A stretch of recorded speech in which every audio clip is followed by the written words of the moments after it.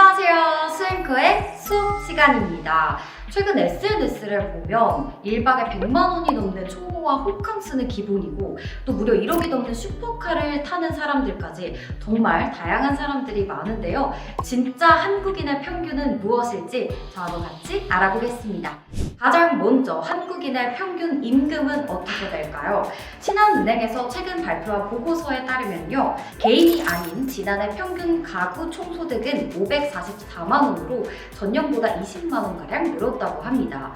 생각보다 괜찮은데? 라고 생각하신다면 한 가지 놓치신 점이 있는데요. 바로 소비 금액도 늘어났다는 점입니다. 우리가 이렇게 번 돈은 어디에 쓸까요? 절반 이상을 교통비와 식비에 쓰고 있다고 하는데요. 그 평균 금액은 276만 원이었습니다. 이어 예비 자금, 저축 투자, 부채 상환 등의 순서대로 돈을 지출했다고 하는데요. 그렇다면 한국인의 평균 자산은 얼마나 될까요? 2021년부터 5억 원을 유지했던 가구 평균 자산 소득이 최근 6억 원대를 돌파했습니다. 그중 상당 부분이 바로 부동산 자산인데요. 무려 79.7%를 차지를 하고 있습니다. 상위 20%의 평균 자산 규모는 11억 원대, 하위 20%는 1억 6,130만 원이었습니다. 조금 씁쓸해지는 결과죠. 우리나라 근로자들의 평균 노동시간은 어떻게 될까요? 이미 우리나라 노동시간 길기로 유명하잖아요. 아니나 다를까 OECD 국가 중 중남미 3개국을 제외하고는 가장 높습니다. 2021년 기준 한국의 노동시간은 1915시간으로 OECD 국가 중 4번째로 많았는데요. 또 근무시간이 48시간을 초과하는 장시간 근로자 비율 역시 OECD 평균은 7.4%인데 우리나라 무려 18.9%. 넘사벽 수준입니다. 한국인들이 세계에서 가장 피곤하다 이런 말이 괜히 나오는 말이 아닌 것 같습니다. 최근에는 우리나라에서도 이런 노동시간을 줄이기 위한 일환으로 주 4일 근무제를 시행하기 위해서 얘기가 나오고 있는데요. 정말 현실화가 될지 기추가 주목되고 있습니다. 한국인의 평균 IQ는 궁금하지 않으신가요? 한국인의 평균 IQ는 약 106이라고 합니다. 평균값인 100보다 웃도는 수치죠. 그렇다면 가장 높은 나라는 어디일까요? 바로 싱가포르인데요. 싱가포르 평균 IQ가 108이라고 합니다. 다만 나라별 평균 IQ는 조사기관에 따라서 상당히 차이가 나기 때문에 참고만 하시길 바라겠습니다. 다음은 한국인의 평균 키입니다. 우리나라 사람들 키에 조금 예민하잖아요. 제가 생각했을 때 남자의 평균 키는 175, 여자는 160 정도가 되지 않을까라고 생각했는데요.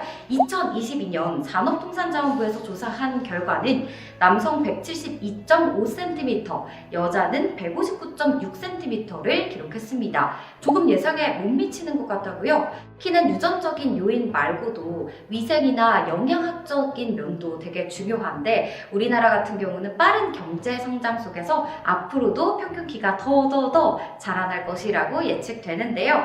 2024년입니다. 올해 산업통상자원부에서 발표한 아동 평균 키는 중학생 남성 아이를 기준으로 10년보다 무려 7cm 이상 커졌다고 하는데요. 또 여기서 신기한 점이 허리가 길어지고 상체의 비율이 증가했다고 합니다. 그렇다면 이어서 몸무게도 알아봐야겠죠. 같은 통계에서 발표한 수치에 따르면 2021년 한국 여성의 평균 체중은 53.2kg에서 59.8kg 사이, 남성의 평균 체중은 63kg에서 79.1kg 사이라고 하는데요.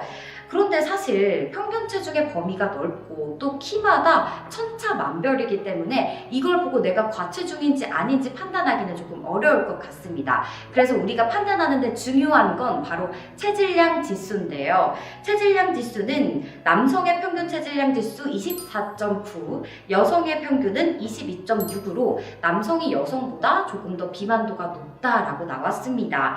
체질량 지수는 키와 몸무게를 입력하는 것만으로도 쉽게 알아볼 수 수 있으니까요. 궁금하신 분들은 체크해 보시길 바랍니다. 우리가 잠을 잘 자야 이렇게 키도 쑥쑥 자라고 또 비만할 위험도 줄일 텐데 말이죠. 우리나라 수면 시간이 점점 더 줄어들고 있습니다.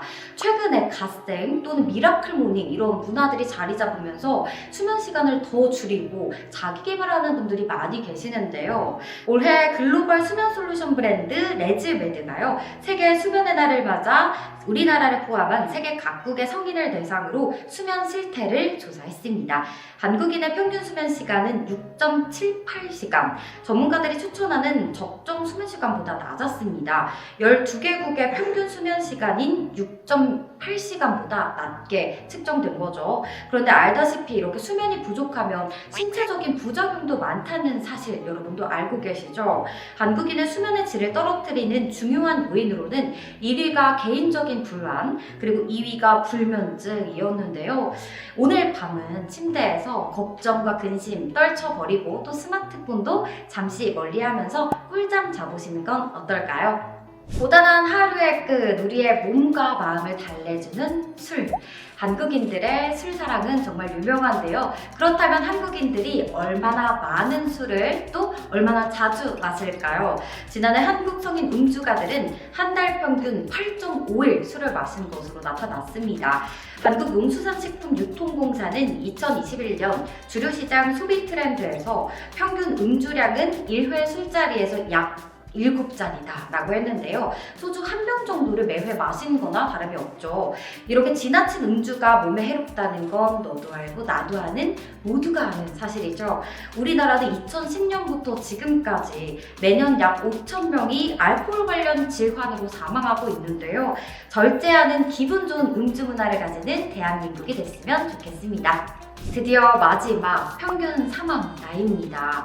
최근 태어나는 신생아들은 특별한 사고나 질병 없이 무려 142살까지 살 수 있다고 하는데요. 그만큼 고령화 또 장수하시는 어르신들도 많아지고 있습니다. 하지만 실제와는 조금 차이가 있죠. 우리가 한국인들의 실제 평균 사망 나이를 알아보기 위해서는 사망 빈도가 가장 높은 연령을 뜻하는 지표인 최빈 사망 연령을 봐야 한다고 합니다. 2022년 한국보건사회연구원 통계에 따르면요. 한국인의 최빈 사망 연령은 남성이 85세, 여성은 90세로 집계됐는데요. 자살이나 사고 등으로 사망하는 이들을 제외하곤 대다수의 한국인이 이미 기대 수명을 훨씬 뛰어넘게 살아가고 있는 셈이죠. 이렇게 점점 고령화가 이루어지고 있고 또 그런데 사회적 스트레스는 점차 커지고 있는 요즘인데요. 제가 말씀드린 이 평균 수치들이 좋은 쪽보다는 약간 부정적인 면을 내포하고 있는 것 같아 마음이 좋지 않습니다. 그래도 위기는 더 나은 사회로 가기 위한 발판이니까요. 개인도 국가도 모두 나서서 더 좋은 대한민국이 되기를 바라며 그럼 수업 시간은 다음 콘텐츠로 찾아오도록 하겠습니다. 구독과 좋아요 부탁드려요. 안녕!